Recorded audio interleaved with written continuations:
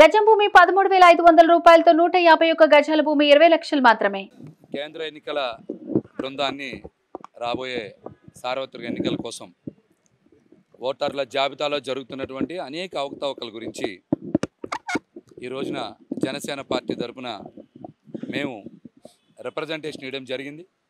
ముఖ్యంగా ఇందులో ప్రధానంగా ఎన్నికల విధుల నుంచి వైసీపీ కార్యకర్తలు అనబడేటువంటి వాలంటీర్లని ఎన్నికల విధులకి దూరంగా ఉంచాలని, అదేవిధంగా గ్రామ సెక్రటరేట్ ఉద్యోగస్తులను కూడా ఎన్నికల విధుల నుంచి దూరంగా ఉంచాలని మేము ప్రధానమైనటువంటి డిమాండ్ని తెలియజేశాం.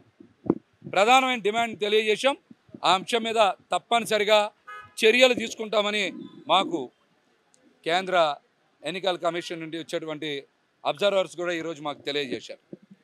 వాళ్ళందరూ కూడా వైసీపీ కార్యకర్తలుగానే పనిచేస్తున్నారు. వారికి ఎటువంటి హోదా లేదు.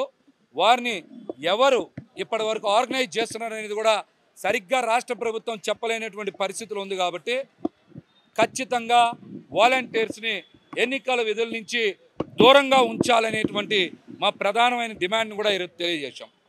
దానితో పాటుగా ఓటర్ల జాబితాలో మరి చాలా స్పష్టంగా అనేక చోట్ల చూస్తే 2 ఓట్లు 3 ఓట్లు 4 ఓట్లు ఒకే వ్యక్తికి కలిగి ఉండడం, చనిపోయిన వారి ఓట్లని తొలగించకపోవడం, ఒక కుటుంబంలో ఓట్లు 3-4 బూతుల్లో ఉంటే ఏ విధంగా వారు ఓటింగ్ చేయగలరనే దాని మీద అంశం మీదతో పాటుగా చాలా చోట్ల ఒక నియోజకవర్గం నుంచి మరో నియోజకవర్గానికి, ఒకే నియోజకవర్గంలో ఒక బూత్ నుంచి మరొక బూత్కి ఓట్లు మారిపోయినా అక్కడ ఎందుకు ఓట్లని సరిచేయలేకపోయారు అనేటువంటి అంశం మీద కూడా చెప్పాం. బూత్ లెవెల్ ఆఫీసర్ నియమించారు, వాళ్ళు ఎవరూ సరిగ్గా పనిచేయలేదు. వాళ్ళకి నచ్చినట్టుగా డ్రాఫ్ట్ ముసాయిదా ఓటర్ల జాబితాని ఇచ్చేశారని కూడా చెప్పాం. ఆయన్ని కూడా ఆధారాలతో చూపించాం. ముసాయిదా ఓటర్ల జాబితా నుంచి చాలా తప్పులు ఉన్నాయి.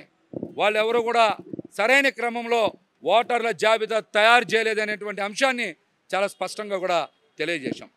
దీంతో పాటుగా విజయవాడ లాంటి నగరాల్లో door number, digital door number, regular door number చాలా ప్రాంతాల్లో ఉంటుంది. కానీ డిజిటల్ డోర్ నెంబర్ వేసి ప్రతి బూత్లో 45 దొంగ ఓట్లని వైఎస్ఆర్సీపీ ప్రభుత్వం నమోదు చేసింది. ఆ డిజిటల్ డోర్ నెంబర్ ఎలా తెలుస్తుందో సమాధానం చెప్పాలి. కమిషనర్ గారు కానీ కలెక్టర్ కానీ సమాధానం చెప్పాలి. డిజిటల్ డోర్ నెంబర్ ఎలా తెలుస్తుంది?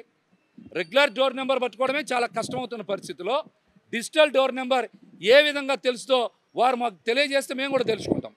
ప్రతి బూత్లో 45 ఓట్లు ఉన్నాయి. చివరి 2 పేజీలు అవే.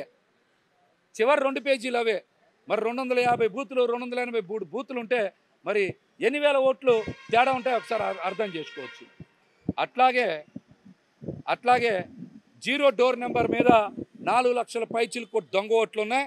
అవన్నిటిని తొలగించాలని కూడా మేమైతే అభ్యర్థించాం. దాని మీద కూడా అధికారులు స్పష్టంగా ఈ అన్ని అంశాలని పరిశీలించి మంచి ఓటర్ల జాబితా తయారు చేయడానికి ప్రయత్నం చేస్తామని చెప్పారు. వైసీపీ నాయకులు కూడా రిప్రజెంటేషన్ ఇవ్వడానికి అర్హత ఉందా లేదా అని చెప్పాలి. అధికారులందరూ ఈ రాష్ట్రంలో ఉండేటువంటి వాళ్ళే కదా, రాష్ట్ర ప్రభుత్వ ఉద్యోగులే కదా. మీరు వారితో సరైనటువంటి ఓటర్ల జాబితా ఎందుకు తయారు చేయించలేకపోయారు?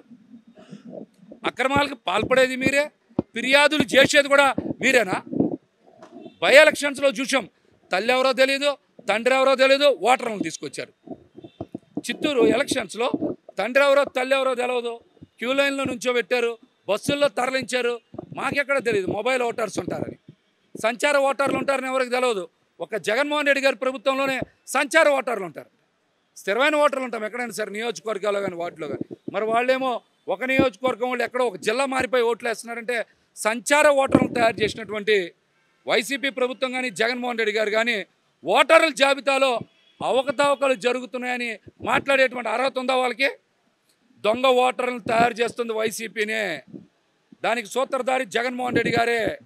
కాబట్టి ముందు వాళ్ళు ఏదైతే ఫిర్యాదులు చేస్తూ ఉన్నారో, ప్రతిపక్షాల ఓట్లు తీసేయాలనుకుంటున్నారో వాటి మీద చాలా స్పష్టంగా తరోగా విచారణ చేసిన తర్వాతనే ఎన్నికల కమిషన్ నిర్ణయం తీసుకోవాలి. కానీ రాష్ట్ర ప్రభుత్వం చెప్పినట్టు కనుక మీరు ఓటర్ల జాబితా నుంచి పేర్లు తొలగిస్తే రేపు ప్రజాస్వామ్యానికి ముప్పు వస్తుందని కూడా ఈ సందర్భంగా మేమైతే తెలియజేయడం జరిగింది. ఎన్నికల కమిషన్ కూడా స్పష్టంగా అన్ని అంశాలని పూర్తి స్థాయి విచారణ చేసిన తర్వాత మంచి ఓటర్ల జాబితా అంటే ఖచ్చితమైన ఓటర్ల జాబితా ప్రచురించేందుకు ప్రయత్నం చేస్తామని కూడా మాకు హామీ ఇచ్చారు.